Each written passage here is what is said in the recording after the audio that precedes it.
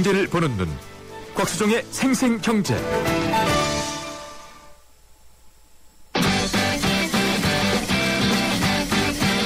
아하경제와 함께하는 한뼘경제. 경제 상식과 재미를 매일 한 뼘씩 키워드리는 시간. 오늘의 주제, 경제 통계는 어떻게 만들어지고 활용되죠? 국민 경제의 동향을 나타내는 각종 통계들이 참 많습니다. 생산과 소득을 나타내는 국민소득 통계, 나라의 예산 결산, 중앙은행의 자산 등을 나타내는 재정고민 통계, 나라의 예산 결산, 중앙은행의 자산 등을 나타내는 재정금융통계, 인구의 총수, 분포 등을 보여주는 인구통계 등이 있는데요. 경제통계는 어떻게 만들어질까요? 보통 정부기관이나 위탁받는 기관이 특정 사안을 직접 조사해 통계를 생산하거나 기존의 통계를 가공해서 새로운 통계가 탄생되기도 하는데요. 통계조사의 방법으로는 전수조사와 표본조사가 이용됩니다. 이 중 전수조사보다 시간과 비용을 줄일 수 있다는 장점 때문에 대개 표본조사로 통계를 생산하는데요. 구조적 분석이나 구체적인 지역별 분석에는 전수조사가 필요할 때가 있습니다. 특별히 한 나라를 대상으로 하는 전수조사를 센서스라고 하는데요. 우리나라 경제통계 가운데는 5년마다 조사가 이루어지는 인구가구 총조사 센서스가 있습니다. 그런데 이러한 경제통계는 어떻게 활용될까요? 저희 같은 기업이 영업 전략 등을 세우고 통계를 바탕으로 급변하는 사회경제 트렌드를 정확히 파악해서 고객들이 원하는 상품과 서비스를 개발해 수익으로 연결시킬 수 있는 거죠. 통계로 추이를 파악하고 적절히 대응하느냐에 따라 결국 기업의 성과와 희비가 엇갈리게 됩니다. 1인 가구가 증가하는 통계 추이를 파악해서 미니 가전과 식품을 출시한 기업은 시장 점유율을 높여나가고 있고, 통계와 따로 노는 영업 전략은 기업의 실패를 안겨줍니다. 경제 통계는 보통 사람들에게도 경제 현상을 이해하는 척도가 되고 우리 경제를 한눈에 파악하는 지표가 됩니다. 네, 오늘 한뼘경제에서는 경제 통계에 대해서 말씀을 드리고 있습니다. 전수조사, 표본조사, 좀 용어가 생소하시죠? 전수조사라고 하는 것은요, 만약에 우리나라 전체 초등학생들의 이 신장, 키, 몸무게, 이 육체 발달 사항이 어떤가를 알고 싶으면 전체 초등학생을 대상으로 해서 조사하는 조사를 전수조사라고 합니다. 표본조사라고 하는 건 우리나라 전체 초등학교 학생을 대상으로 하지 않고 서울의 일부 지역 초등학교, 또 호남 지역의 일부 초등학교, 경상도 지역의 일부 초등학교 이렇게 뽑아서 표본으로 뽑아서 하는 조사를 표본조사라고 합니다. 이 경제 통계를 만들 때 이런 전수조사, 표본조사가 상당히 중요한 역할을 하는데요. 그 이유는 여러분 다 아시다시피 경제 정책을 펼치거나 경기 전망 또 경제 예측을 할 때 상당히 중요한 자료가 되기 때문에 그렇습니다. 사회간접자본의 투자라든지 또 도시개발 계획의 어떤 균형적인 입안, 여러 가지 정책들 또 계획들을 입안할 때 바로 이 경제 통계를 기반으로 해서 발표를 하고 있습니다. 여러분께서 쉽게 경제 통계를 접하시려면요, 한국은행 웹사이트에 가시면 오른쪽 하단에 보시면 경제 통계라고 하는 그 메뉴판이 있습니다. 그 메뉴판이 에코스라고 하는 영어로 되어 있는데요. 이 에코스 통계를 눌러보시면 거기에 여러분들이 아시고 싶어하는 통화, 한국은행의 주요 계정, 금리, 물가, 국제수직 등등 이 주제별 메뉴를 여러분들이 선택하실 수 있습니다. 우리나라가 가지고 있는 경제통계의 신뢰도를 한국은행이 가지고 있다라고 한다면 한국은행의 경제통계 시스템이 상당히 중요한 밑자료가 된다라고 보시면 되겠습니다. 경제통계, 정책의 타이밍, 그다음에 정책의 주요 목표, 초점 먼저 선정하는데 상당히 중요한 역할을 한다라고 생각하시면 되겠습니다. 곽수종의 YTN 생생경제 3부 시작하겠습니다. 대출금리 유형부터 대출 종목까지 모두 당신에 의해 결정된다. 이것이 현대 에이블론. 놀라운 건 당신의 가능성이 높아졌다는 것. 대출의 새로운 변화. 현대증권에서 시작합니다. 에이블 현대증권. 담보유지 비율 미달 시 이미 처분될 수 있으며 주가 하락 시 투자 손실이 확대될 수 있습니다. 곽수종의 생생경제. 어제 약간 말씀을 드린 것 같은데 아베노믹스, 아베 신조 총리가 이끄는 자민당 참의원이 선거에서 압승했죠. 다시 아베노믹스가 탄력을 받을 분위기라고 하는데 아베 총리 이번 선거 결과를 놓고 현 경제정책에 대한 확신 또 국민적 지지를 드러내기도 한 것 같습니다. 그렇다 그러면 앞으로 엔저가 가속화될 가능성도 있고 이거는 결국 우리 하반기 경제 운영에 상당히 우리 경제를 제약하는 그런 방향으로 움직일 수도 있는데 어떻게 해석을 해야 될지 LG경제연구원의 배민근 책임연구원과 말씀 나눠보겠습니다. 안녕하십니까? 안녕하십니까? 네. 자, 일본 자민당에서 선거 공약으로 내놨던 경제 방안들이 먼저 어떤 것들인지 한번 살펴볼까요? 네, 공약집을 보면 물론 정치적인 내용도 있습니다만 경제 회복과 관련된 내용들이 내각의 일본 경제재생본부를 새로 창설하고 국민소득 50조엔 탈환 프로젝트를 전개하겠다. 이런 큰 슬로건이 있고요. 산하의 국제경제전략회의를 설치해서 해외 투자라든지 경제 동반자 협정, 자원 확보 등에 있어서 어떤 전략적인 전술을 구사하겠다라는 거, 이런 내용들이 있습니다. 실제 거시경제 모습을 보면은 명목 경제 연 3% 이상의 성장, 그리고 일본 은행과 협의를 해서 물가 목표 2%, 또 이런 그 정책 공조를 강화함으로 해서 대담한 금융 완화 정책을 지속하고 확대해 나가겠다 이런 내용들을 담고 있는데요.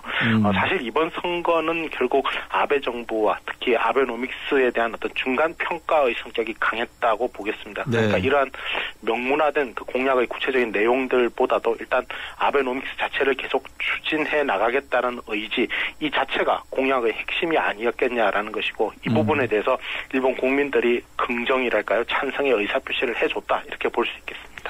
말씀해 주신 두 가지 목표를 제가 들어봤는데 하나는 글로벌화 전략, 자기들 나름대로는 일본 나름대로는 아시아에 있어서 리더십을 회복하는 전략을 가져가겠다는 게 하나인 것 같고 그러기 위해서는 내부의 결속을 다지기 위해서 이 일본 경제의 부흥, 새로운 부흥을 요구하는 또는 준비하는 그런 플랜 같은데 아베노믹스에 대한 제동이 걸리고 있다라는 이야기는 어떤 이야기입니까?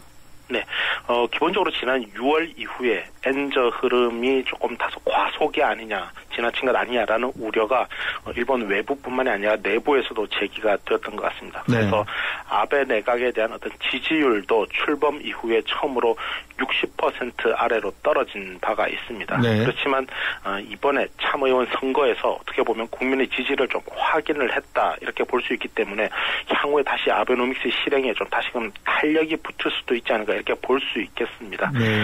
특히 그동안에 이제 단기 과제라고 해야 되겠죠. 슈퍼 N고를 저지한다라든지 소비 심리 개선 등에서는 가시적인 성과를 낸 편인데 반면에 지난 6월에 제시했던 일본 경제 중장기 발전 전략에 대해서는 국제금융시장의 시각이 상당히 좀 싸늘했다 이렇게 볼 수 있겠습니다. 그러니까 이 부분을 앞으로 어느 정도 구체화하면서 효과성을 담보해내는 것인가가 이제 가장 중요한 과제가 될 것이고 참여연 선거 과정에서 이런 내용들이 많이 강조가 되었는데 이제 좀 두고 봐야 이제 그 성과를 확인할 수 있지 않나 이렇게 생각이 됩니다. 지금 모스크바에서 G20 재무장관, 그다음에 중앙은행장들 회의가 열리고 있는 걸로 알고 있는데 지난번 회의 때는 말씀하신 대로 상당히 일본 엔저에 대해서 미국과 유럽 쪽에 지지를 받긴 했습니다만 이번에는 좀 화제가 다른 방향으로 돌아가고 있는 것 같고 그 틈을 이용해서 아베노믹스가 보다 탄력을 이번엔 정치적인 지지까지 받으면서 그렇다 그러면 일본 경제 회복 구간에 진입했다 이렇게 이야기해도 되겠습니까?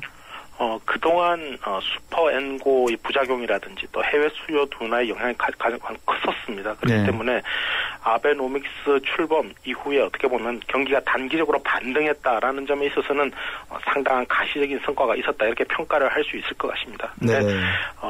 근데 이러한 그 과감한 통화 정책을 통한 어떤 일시적 반등 이것은 어떻게 보면 미국 같은 경우에는 이미 세 차례 양적 완화 통해서 모두 나타났었는데 앞에 두 번은 역시 그 좀 지속성, 회복이 지속되느냐에 있어서 문제가 있었지 않습니까? 그러니까 일본의 경우에도 일단 그 아베 정부 출범한 지금 10개월 정도, 그러니까 뭐 길다면 길고 짧다면 짧은데 워낙 그동안에 장기 침체기가 길었기 때문에 회복이 지금 추세화되었다 이렇게 판단하기엔 좀 일러 보입니다. 당장 상당한 정도의 엔저 흐름이 그동안 이어져 왔는데 그 힘을 받아서 일본의 수출이 많이 회복되고 있느냐. 물론 뭐 4개월째 플러스 증가 추세이긴 하지만 뭐 우리나라도 비슷하거든요. 그러니까 엔저 효과가 지금까지 아주 크지는 않은 것 같다 이런 생각도 가능할 수 있고 또 단기적인 소비 심리 개선뿐만이 아니라 이것이 결국은 기업의 투자라든지 고용 증가 이런 부분 그러면서도 재정 건전화도 함께 이뤄야 하는데 이런 부분은 아직 갈 길이 좀 더 먼 것 같지 않느냐 하는 생각이 듭니다.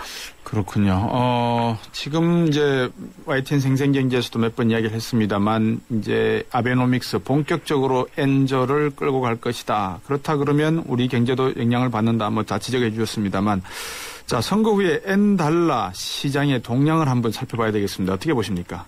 네, 선거가 가까워오면서 사실 자민당과 공명당 연합 전선이 이제 어느 정도 승리를 거둘 것이다 이런 전망이 나오면서 엔달러 환율의 레벨은 다시 달러당 한 100엔대 전후로 복귀를 했습니다. 어떻게 보면 엔화가 다시 좀 약세 흐름을 타고 있다 이렇게 볼 수가 있겠는데 일단 지난 5, 6월 정도에도 어떻게 보면 100엔대 정도에서 좀 저항에 부딪히는 모습이었고 그러니까 기술적으로는 결국 달러당 전 고점이었던 달러당 한 103엔, 104엔 정도 레벨에서는 상당히 좀 저항을 받을 것으로 이렇게 보여집니다. 사실 중요한 것은 이런 참여 선거 결과에 더해서 지난 2주 정도 사이에 이제 좀 바뀌고 있는 전 세계 주요국들의 정책 기조라고 할까요? 기조라기보다는 뉘앙스, 분위기라는 표현이 적절할 것 같은데요. 이게 좀 바뀌는 측면이 있는 것 같습니다. 미국에서는 버냉키 연준 의장이 완화적인 정책 기조를 좀 거듭 강조를 하고 있습니다.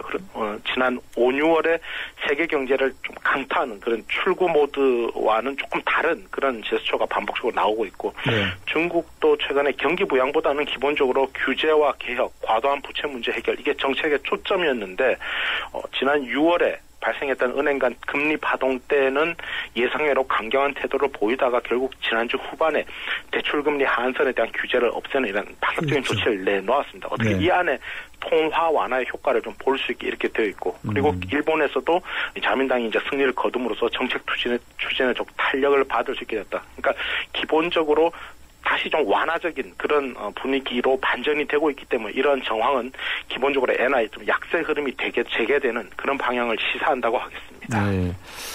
미국 쪽도 양적 완화를 4차까지 지금 하고 있는 상황. 버냉키 의장이 긴급하게 뭐 양적 완화 축소는 없다라고 다시 한번 확인해주고 있는 상황.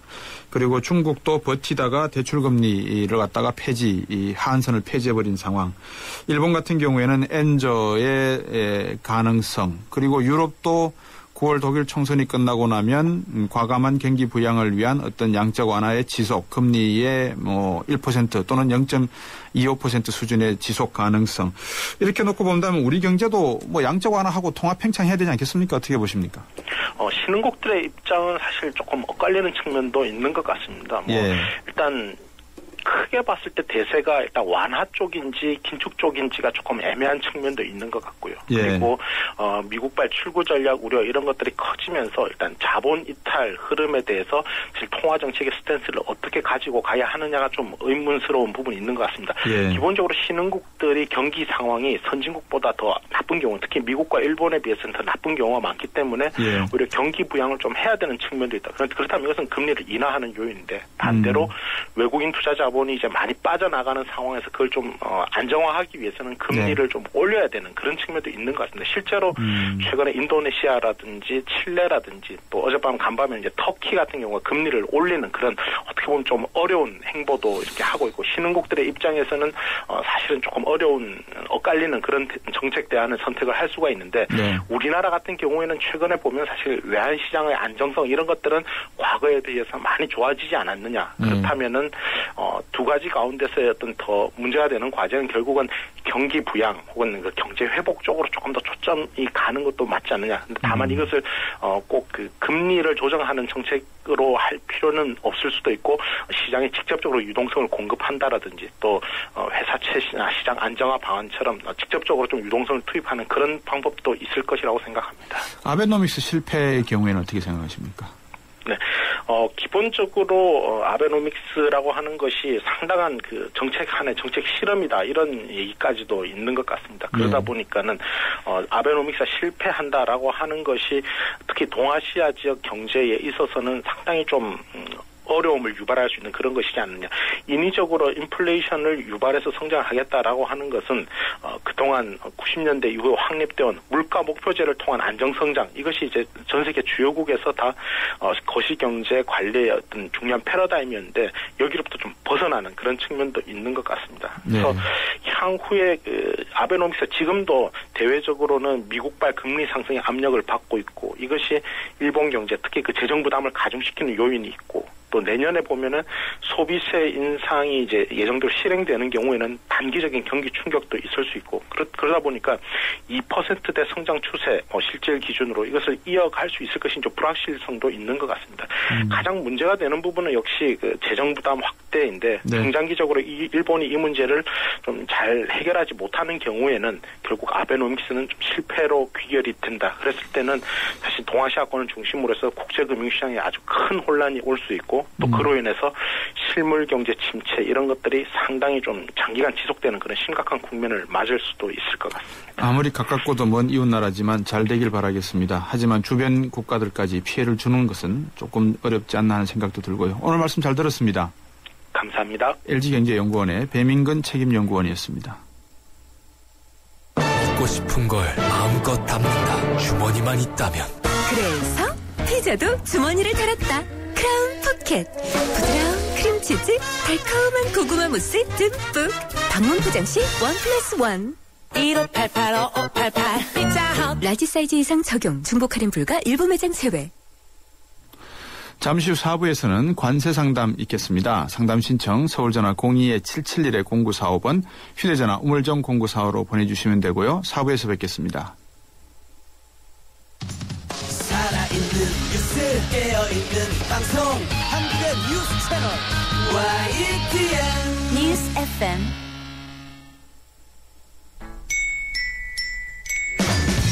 정직한 경제, 곽수종의 생생경제. 세상의 베이스가 되다 포스코 협찬으로 곽수정의 YTN 생생경제 4부 시작하겠습니다. 의견 있으신 분들 짧은 문자 50원, 긴 문자 100원이 부과되는 휴대전화 우물정 0945로 보내주시면 되고요. 트위터는 @ YTN 밑줄 이코노미입니다. 1층 없는 2층은 없고 철길 없는 기차 없으며 스승 없인 제자도 없습니다. 세상은 저마다의 베이스가 있습니다. 세상에 베이스가 되다. 포스코. 먹고 싶은 걸 마음껏 담는다. 주머니만 있다면. 그래서 피자도 주머니를 달았다. 크라운 포켓. 부드러운 크림치즈, 달콤한 고구마 무스 듬뿍. 방문 포장 시 1+1. 1588-5588 피자헛. 라지 사이즈 이상 적용. 중복 할인 불가 일부 매장 제외. 코웨이 정수기를 렌탈하면 관리해주는 사람. 코디 매트리스를 렌탈하면 관리해주는 사람. 매트리스도 렌탈해? 코웨이 매트리스 케어 렌탈. 새 매트리스 부담 없이 렌탈하고 4개월에 한 번 클린 케어. 매트리스 이제 사지 말고 렌탈하세요. 코웨이.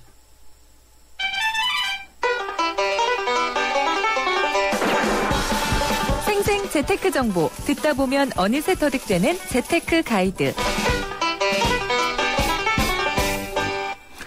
요즘 해외여행도 줄어들고 있고 소비가 줄어든다는 것 앞에서 일부에서 김윤경 기자하고 이야기를 나눴었는데요. 금융상품 백서 시간입니다.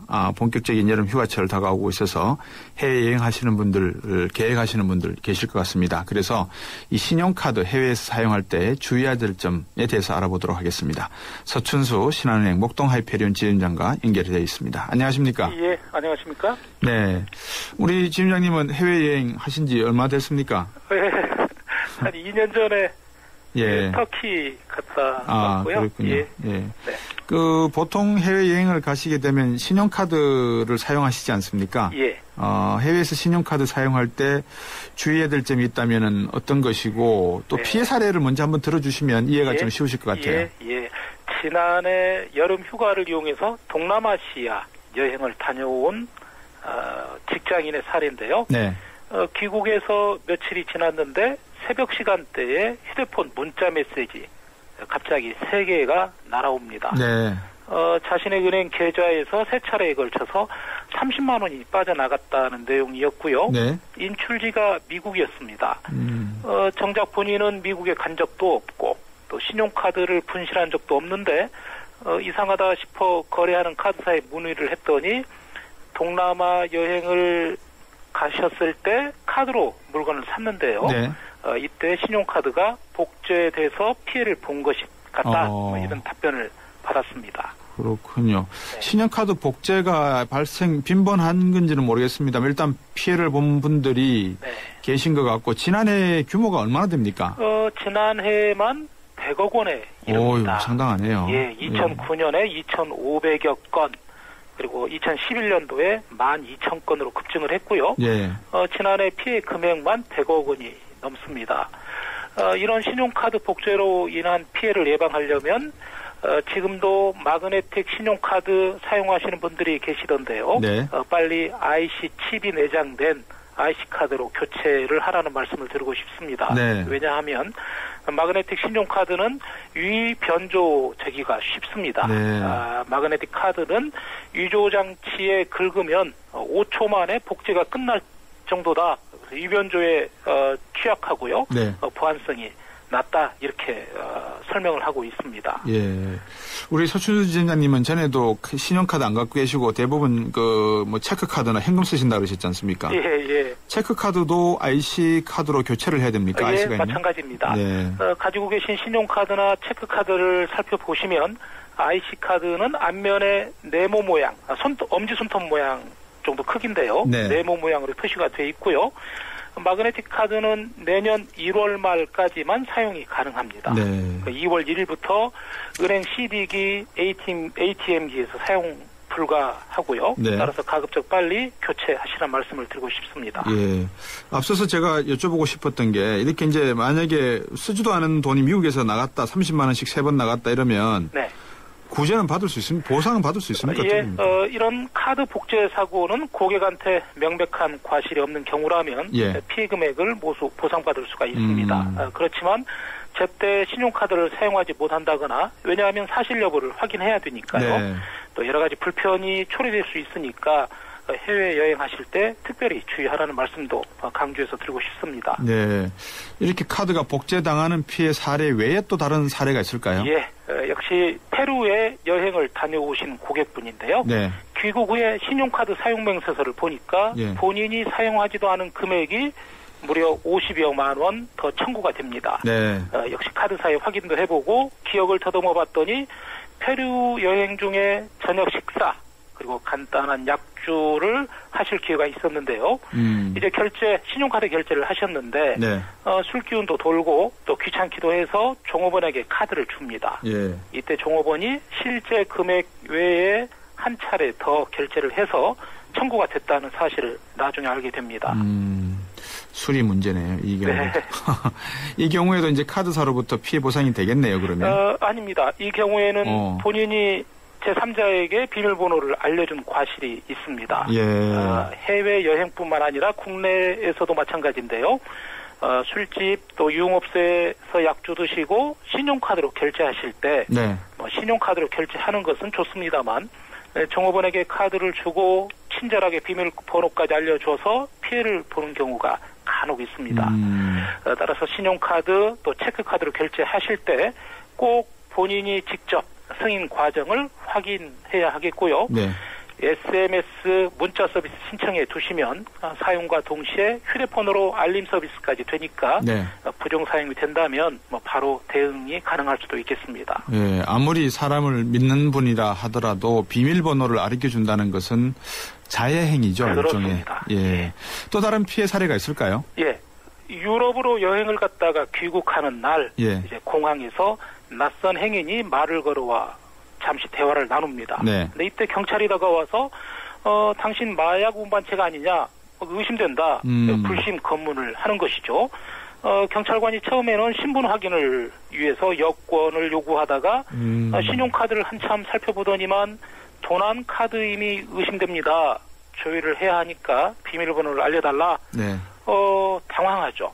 언급결에 비밀번호 알려드리고 이제 귀국을 했는데 예. 그날부터 본인의 신용카드로 여러 차례에 걸쳐서 결제가 된 사실을 나중에 알게 됩니다. 네. 그러니까 이 경찰은 가짜 경찰일 거고, 그죠? 예, 그렇습니다. 제복을. 일당이 되는 것이죠. 그렇겠죠. 네. 그러면 아까 말씀하셨던 대로 비밀번호를 아르켜 줘버리는 바람에 이 경우에도 피해 보상 받기는 어려우시겠네요. 그렇습니다. 예. 따라서 결제하실 때 직접 금액 확인하시고, 예. 또 하나 팁을 드린다면 출입국 정보 활용 동의 서비스라는 게 있습니다. 예. 이걸 신청해 두시면 해외에서 귀국하고 난 다음에 카드가 부정 사용되는 것을 막을 수 있는 제도입니다. 한 번 더 말씀해 주세요. 어떤 제도라고요? 예. 그러니까 출입국 정보 활용 동의 서비스라고 말씀을 드렸는데요. 예. 이걸 카드사에 신청하시면 예. 출입국 관리소하고 카드사 정보가 서로 공유가 됩니다. 네.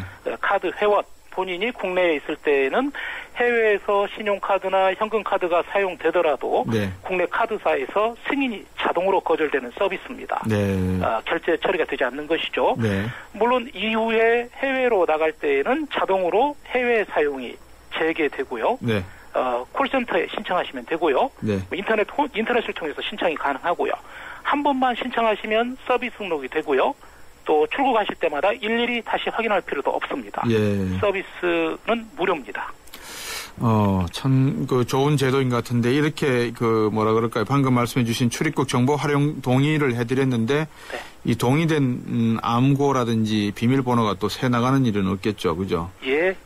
그럴 일은 없을 것 같습니다. 예. 해외여행 중에 지금까지 이제 쭉 세 가지 사례를 말씀해 주셨는데, 네. 사복, 경찰복을 입은 이 범인들에게 비밀번호 알려준 케이스 하나, 네. 그리고 식당에서 주문을 하면서 결제를 당신 해가 와라 그러면서 비밀번호 알려준 경우 하나, 네.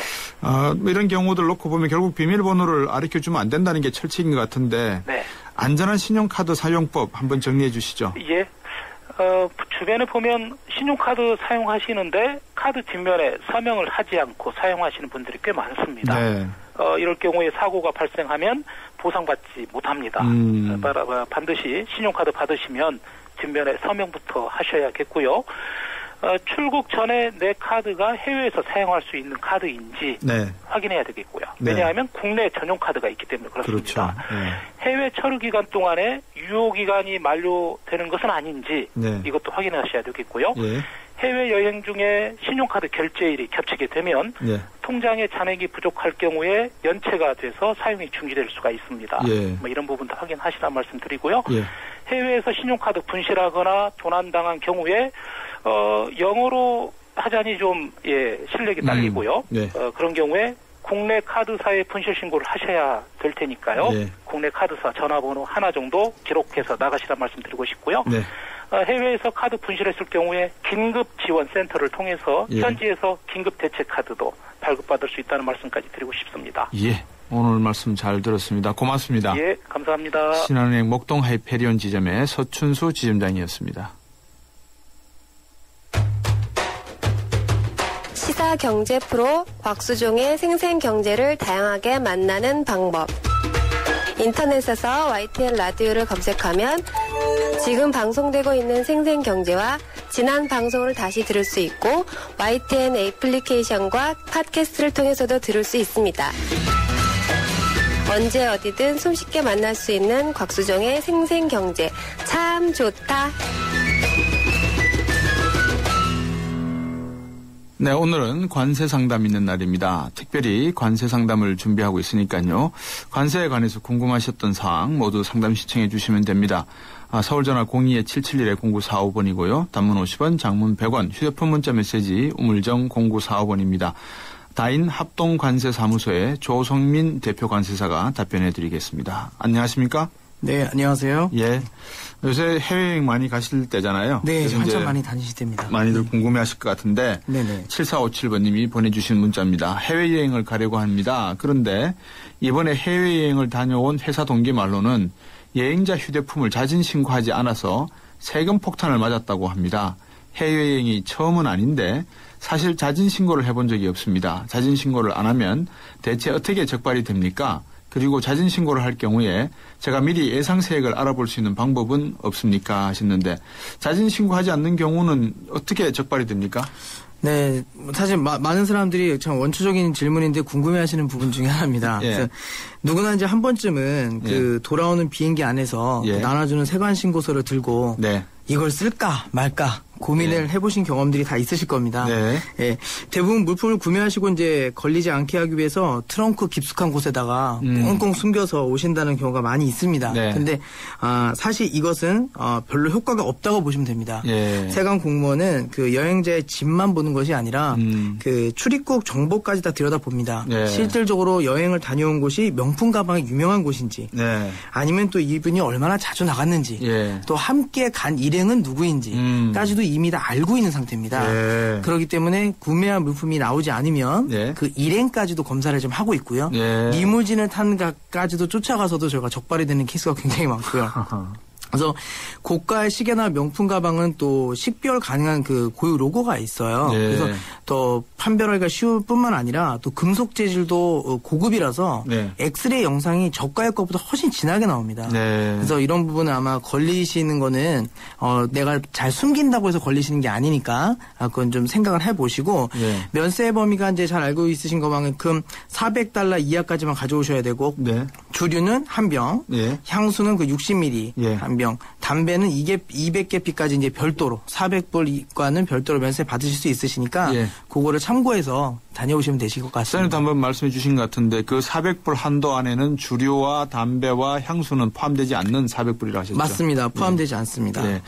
이분이 또 예상 세액을 미리 알아볼 수 있는 방법이 없습니까 하셨는데요. 있습니다. 이 부분 꼭 필요하실 겁니다. 고민하지 마시고 내가 신고를 한다고 하면 얼마나 세금을 낼까를 이제 알아보셔야 되는데 사실상 국내에 있으면 관세청 홈페이지를 들어가셔서 보시면 편하신데 이제 해외에서 들어오시는 중이라고 하면 모바일 핸드폰으로도 관세청에서 서비스를 하고 있습니다. 그래서 아이콘을 클릭하시면 굉장히 간단하게 세액이 얼마인지 나오시니까 궁금하신 부분은 그렇게 해결하시면 되실 것 같습니다. 자, 자진 신고한다고 해서 여러분께서 뭐라 그럴까요? 나는 참 도덕적으로 착하다 이렇게 생각하실 필요는 없는 것 같습니다. 이건 당연히 해야 될 일이기 때문에 맞습니다. 자진 신고를 하시되 감추는 물건도 없어야 되겠죠.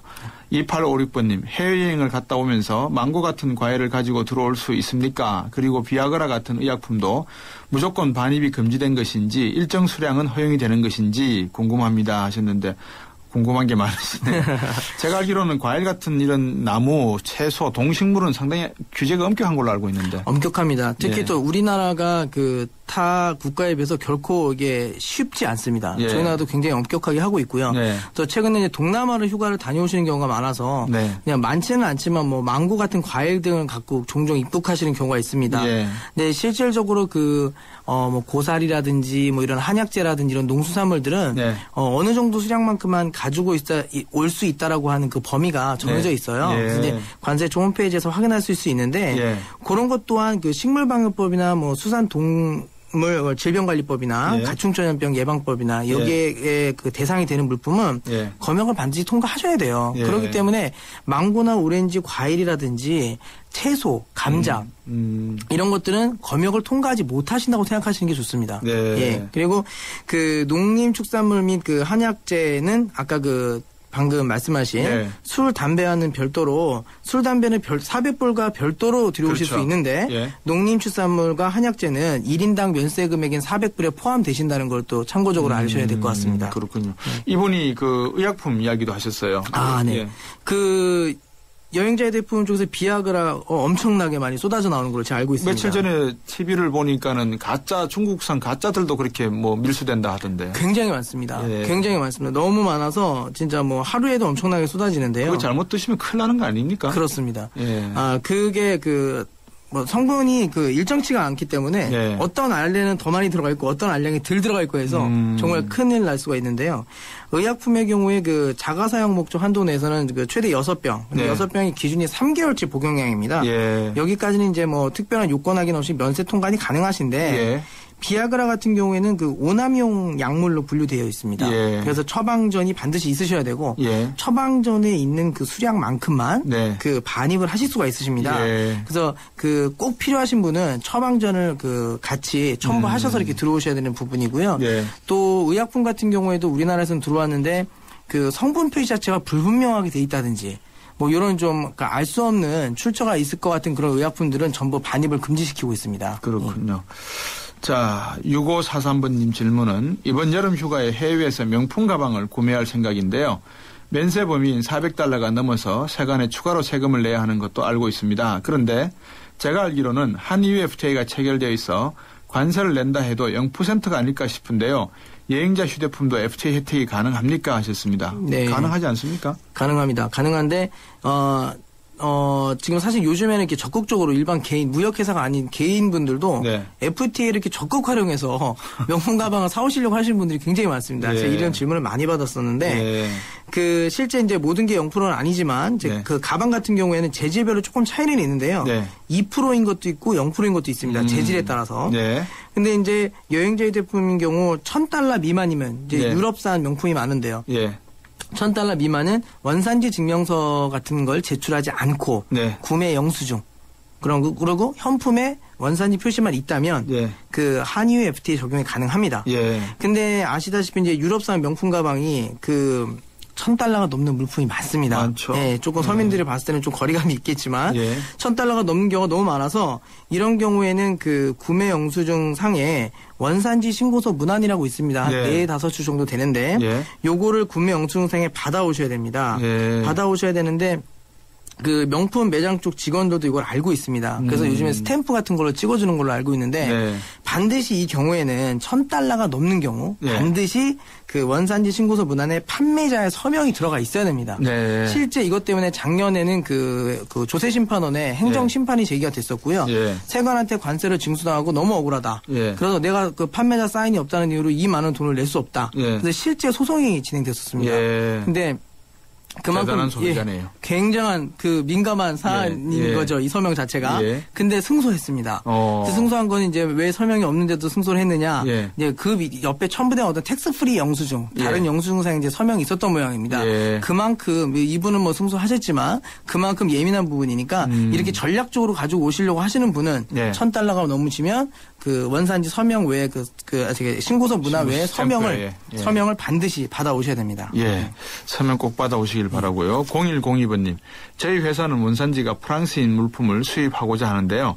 한EU FTA 체결로 특혜 관세인 0% 세율을 적용받을 수 있을 거라 생각을 했습니다만 문제가 생겼습니다. 이 물품은 원산지가 프랑스가 맞고 실제 물품 선적도 프랑스에서 선적이 되었습니다. 하지만 저희 회사는 이 물품을 싱가포르에서 주문하기 때문에 수출자도 싱가포르 회사고 인보이스도 싱가포르 수출자가 발행한 걸로 처리되고 있습니다. 거래 상대국이 프랑스가 아닌 싱가포르이라는 이유로 특혜관세 혜택을 못 받을 수도 있다고 하는데 맞습니까? 하셨습니다. 저는 이제 이 질문을 많이 받았는데 이제 청취자분들이 들으시면 좀 복잡해 보실 수도 있으신데요. 간략하게 제가 말씀드리겠습니다. 이분 적용 받으실 수 있으십니다. 이런 경우입니다. 그 프랑스산 물품을 사는데 대부분 아시아 태평양 본부가 홍콩이나 싱가포르 쪽에 있습니다. 그러다 보니까 우리나라에서는 그 싱가포르나 홍콩으로 주문을 합니다. 근데 물건은 지금 프랑스에서 직접 오신 거죠. 근데 그 FTA는 직접 운송 원칙이 전제가 돼서 지켜져야 되는데 이분은 지금 프랑스에서 직접 오셨기 때문에 그 인보이스가 싱가포르에서 발행됐다 하더라도 가능하신데 좀 전에 제가 말씀드렸듯이 원산지 신고서 문안이 있어야 됩니다. 근데 싱가포르에 있는 인보이스에다가 찍어봤자 아무 소용이 없습니다. 그런데 어디다 찍어야 되느냐? 프랑스에서 왔기 때문에 패킹 리스트 자체는 프랑스에서 반드시 작성이 됐을 거거든요. 패킹을 거기서 했을 테니까. 그런 경우에는 패킹 리스트 상에 원산지 신고 문안을 넣어서 들어오시면 한EU FTA를 적용받으실 수 있으시고요. 이 방송 듣고 계시는 이제 무역회사를 하시는 분들은 지금 여기에 걸리신 건이 굉장히 많으실 겁니다. 너무나 많은 건이라서 반드시 그 직접 운송 원칙이 적용되니까 꼭 확인해 보시기 바랍니다.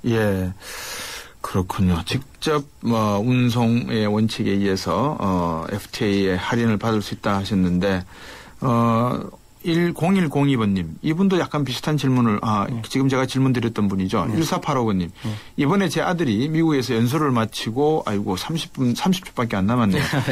국내로 들어오는데 현지 체류 기간이 6개월 좀 넘다 보니까 옷, 책, 기타 생활용품이 많습니다. 이 경우에도 관세 내야 합니까? 하셨습니다. 네, 간단하게 말씀드리겠습니다. 안 내실 수 있습니다. 자, 우리나라 그 세 가지로 관세법상 분류하고 있습니다. 1년 이상 체류하신 분 6개월 이상, 그 다음에 3개월 이상 체류하신 분. 1년과 6개월 이상 체류하신 분들은 3개월 이상 사용한 물품에 대해서는 다 면세 받으실 수 있으시고요. 3개월 정도만 있던 단기 체류자 같은 경우에는 150만 원 한도 내에서는 면세가 가능하십니다. 네. 150만 원까지 면세 가능하시다니까 참고하셨으면 좋겠습니다. 자, 오늘도 관세에 대해서 많은 상담을 해 주셨습니다. 좋은 상식이었던 것 같습니다. 고맙습니다. 네, 감사합니다. 다인 합동관세사무소의 조성민 대표 관세사였습니다. 아이가 뗐으면 사탕을 주긴 하는데 마음이 복잡해요. 먹여도 되나? 몸에 좋은 것도 아닌데. 서울우유가 엄마의 고민 하나를 덜었다. 칼슘에서 비타민 D3까지 우유의 영양이 듬뿍. 이거 완전 씹어먹는 우유네. 서울우유 밀크캔디. LTE의 세상 충분히 빠르다고 합니다. 충분하다는 것은 그 이상을 만나지 못했기 때문. 그래서 시작합니다. 2배 더 빠르고 2배 더 즐거운 새로운 세상. SK텔레콤은 이것을 LTA라 부릅니다. 아무나 가질 수 없는 속도. LTA. SK텔레콤. 차를 타고 달리다 보면 책상 앞에선 꽉 막혀있던 아이디어도 당신이 생각지도 못한 순간에 떠오르곤 합니다. 나는 당신의 자동차입니다.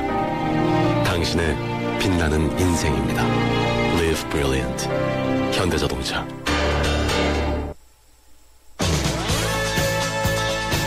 네, 여러분도 오늘 함께 YTN 생생경제 하셨습니다.